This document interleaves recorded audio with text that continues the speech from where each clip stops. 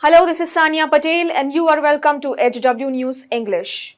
On June 25, 2024, the Bombay High Court ordered the release of the minor accused in the Pune luxury car accident case that resulted in 2 deaths.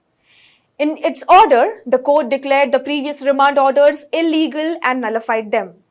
A division bench of Justices Bharti Dangre and Manjusha Deshpande questioned on June 21st whether it constituted confinement when the juvenile accused in the Pune Porsche case was granted bail, but then taken back into custody and placed in an observation home.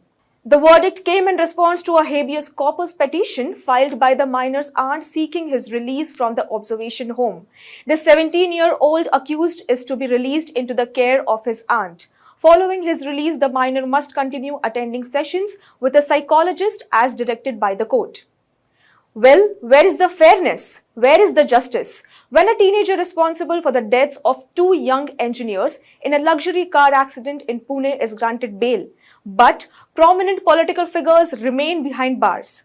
This recent decision by the Bombay High Court to release the minor accused despite the tragic loss he caused leaves the victims' families helpless and heartbroken. Declaring the previous remand orders illegal, the court released the 17-year-old into his aunt's care with the condition that he should continue sessions with a psychologist. But where is the accountability for the lives lost?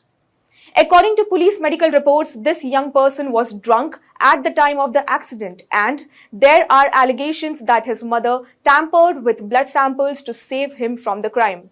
Despite these serious accusations, he has been released. Contrast this with the treatment of political leaders like Delhi Chief Minister Arvind Kejriwal, former Chief Minister Hemant Soren, and senior Aam Aadmi Party leader Manish Sisodia. All have been denied bail despite not causing direct harm to any individuals. Kejriwal's bail was rejected in the alleged liquor policy case, and both Soren and Sisodia, despite facing health issues as reported in the news, continue to be held in the custody. This disparity is baffling and raises serious questions about our justice system. Why are politicians who haven't taken lives treated more harshly than a minor who has caused such a profound tragedy? The inconsistency in these bail decisions suggests a troubling imbalance. If justice is to be fair and equitable, it should not hinge on who is involved but rather on the nature of the crime and its impact. Seeing political figures denied bail while dealing with health issues and yet remaining behind bars while a young person responsible for fatal consequences is released makes one question the true meaning of justice in our society. Well, that's all for this news report today. Thank you for watching HW News English. Download our app Shorts to get the latest news and updates. Stay ahead with our cutting-edge news app. Instantly access the latest shorts in just 1 minute and breaking news in just 50 words.